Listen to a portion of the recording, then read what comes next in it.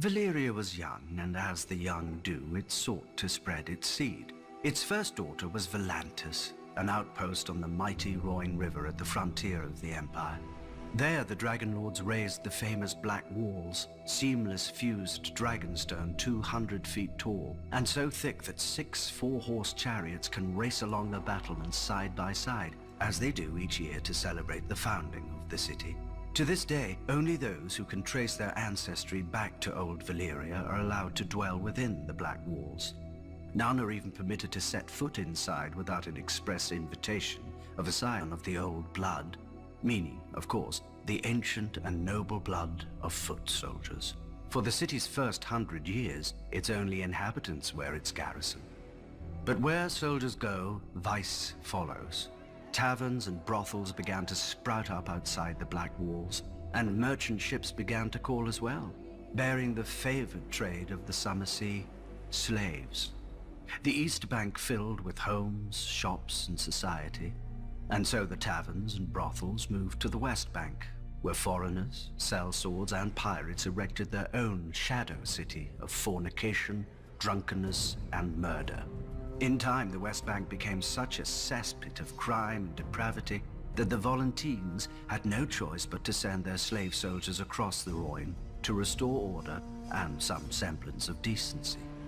Like all such missions, they succeeded, they left, then they failed. When the Volantines grew weary of shipping their soldiers across the Rhine every year, they built the famous Long Bridge of Volantis, strong enough to support the weight of 1,000 elephants and many more soldiers. The Long Bridge of Volantis stands today as the longest bridge in all the known world.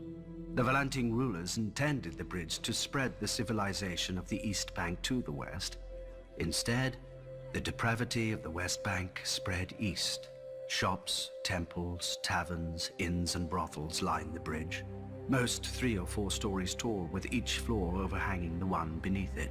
One can buy anything on the Long Bridge, or steal it, if one's hands are quick enough. But if they're not... Though at least half the decor committed no greater crime than displeasing a master, for in Volantis there are 5 slaves for every free man, a proportion matched only by the cities of Slavers Bay. The Volantine masters mark their property with facial tattoos, permanent and scarring, which denote the vocation of the slave. Slave soldiers wear green tiger stripes upon their faces. Slave whores are marked by tears beneath one eye.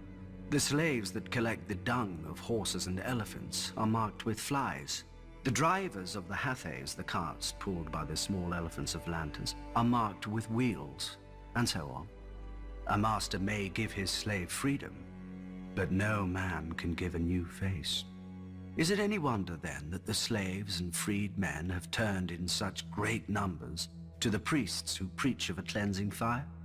The Temple of the Lord of Light in Volantis is said to be the greatest in all the world, larger even than the great sept of Baelor. All who serve within this mighty temple are slaves, bought as children and trained to become priests, temple prostitutes, or warriors.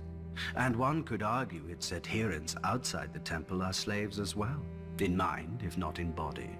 Magic frees nobody except its practitioner to do what he will with those who can't, just as the Black Walls free the old blood to see what they will. Without those they don't.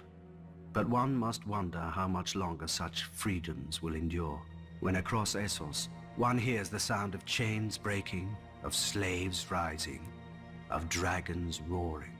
Volantis may call itself the first daughter of Valyria, but it is not the last.